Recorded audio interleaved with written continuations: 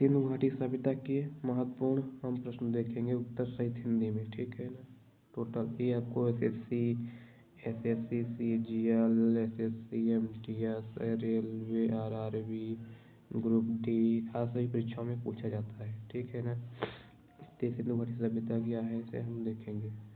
सिंधु घाटी सभ्यता पहला नंबर क्वेश्चन आता है आपका, सिंधु घाटी सभ्यता का काल लगभग किस समय था, यानी जो सिंधु घाटी सभ्यता है तो उसका काल लगभग किस समय से माना जाता है। तो इसका आंसर होगा, आप नोट डाउन करते चलिएगा, लगभग 25 ईस्वी पूर्व से लेकर 1750 ईस्वी पूर्व तक माना जाता है, ठीक। क्वेश्चन नंबर 2, सिंधु घाटी सभ्यता का पहला खोजा गया स्थल कौन सा। सिंधु घाटी सभ्यता का पहला खोजा गया स्थल कौन सा है, तो सिंधु घाटी सभ्यता का पहला खोजा गया स्थल होता है हड़प्पा, जो सन 1921 ईस्वी में दयाराम सयानी के द्वारा खोजा गया, पंजाब पाकिस्तान में स्थित है, इसीलिए इसे हड़प्पा सभ्यता भी कहा जाता है, ठीक है। इसके बाद आता है क्वेश्चन नंबर 3, मोहनजोदड़ो की खोज किसके की और कब। मोहनजोदड़ो की खोज किसने की और कब की थी, तो मोहनजोदड़ो की जो खोज है तो की थी राम दखल बनर्जी ने 1922 ईस्वी में, वो कहाँ, सिंध प्रांत पाकिस्तान में, ठीक है। इसके बाद क्वेश्चन नंबर 4, सिंधु घाटी सभ्यता की सबसे विशेषता क्या थी। सिंधु घाटी सभ्यता की सबसे विशेष विशेषता क्या थी, तो इसकी नगर योजना, सड़कों का ग्रिड पैटर्न, पक्की ईंटों के घर और उन्नत जल निकास किस्म बनाया गया था। इसके बाद है सिंधु घाटी की पश्चिमा क्वेश्चन, सिंधु घाटी की सभ्यता के लोग किस धातु को नहीं जानते थे, तो लोहा।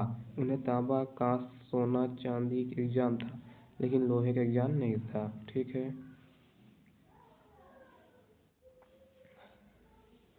सिंधु घाटी का सबसे बड़ा स्थल कौन सा है, तो सिंधु का सबसे बड़ा स्थल होता है, सिंधु का सबसे बड़ा स्थल है धोलावीरा, जो गुजरात राज्य में स्थित है।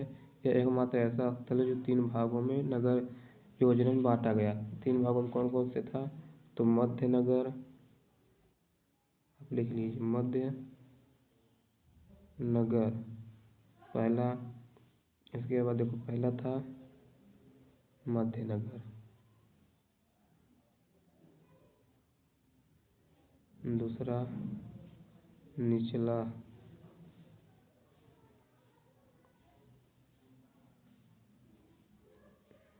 क्रम, चौथा तीसरा होता है ऊपरी हिस्सा,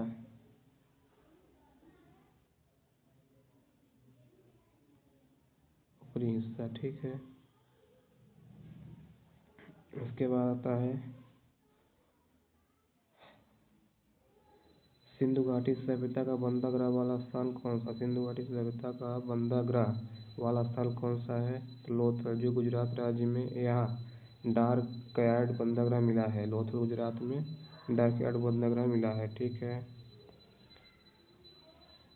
सिंधु घाटी सभ्यता के लोग किस लिपि के प्रयोग करते हैं। सिंधु घाटी सभ्यता के लोग किस लिपि का प्रयोग करते हैं, सिंधु घाटी के लोग चित्रात्मक लिपि, जो इसे अभी तक पूरी तरह से पढ़ा नहीं जा गया, ठीक है। इसके बाद है सिंधु घाटी की सभ्यता की मुख्य आर्थिक गतिविधि क्या थी। तो सिंधु घाटी सभ्यता की मुख्य आर्थिक गतिविधि क्या थी, तो सिंधु घाटी सभ्यता की मुख्य आर्थिक गतिविधि थी कृषि और व्यापार शिल्पकला। सिंधु घाटी सभ्यता की किस पशु की पूजा होती थी। सिंधु घाटी सभ्यता में किस पशु की पूजा का प्रमाण मिलता है। सिंधु घाटी सभ्यता में किस पूजा के पशु का प्रमाण मिलता है, सिंधु घाटी सभ्यता में तो नंदी बैल और एक सिंग वाला पशु नार कुछ मोहरों पर, ठीक है। उसके बाद सिंधु घाटी सभ्यता में महान स्नागर कहाँ मिला है। सिंधु घाटी सभ्यता में महान स्नागर मिला है कहाँ पे, तो मोहनजोदड़ो में, जो यह एक धार्मिक या सामाजिक स्नागरी हो सकता है, ठीक है। सिंधु सभ्यता के लोग किस प्रकार के वस्त्र पहनते हैं, तो पुरुषों के लिए धोती जैसा वस्त्र, महिलाओं साड़ी जैसा पहनती हैं, यह मोरों की मूर्तियों से प्राप्त होता है, ठीक। सिंधु की सभ्यता के कुछ प्रमुख फसलें कौन सी हैं, तो सिंधु सभ्यता की कुछ प्रमुख फसलें होती हैं गेहूँ, जौ, तिल, सरसों, खजूर, कपास का सबसे प्राचीन प्रमाण यहीं से प्राप्त हुआ, कहाँ से, सिंधु सभ्यता से, ठीक है। सिंधु घाटी सभ्यता के लोग किस देवता को पूजा करते हैं, तो पशुपतिनाथ महादेव, त्रिमुखी आकृति शिव का प्रारंभिक रूप, मृत देविका मृतिका। 15वां लास्ट क्वेश्चन, सिंधु घाटी सभ्यता का पतन किस कारण से हुआ? सिंधु घाटी सभ्यता का पतन किस कारण से हुआ था?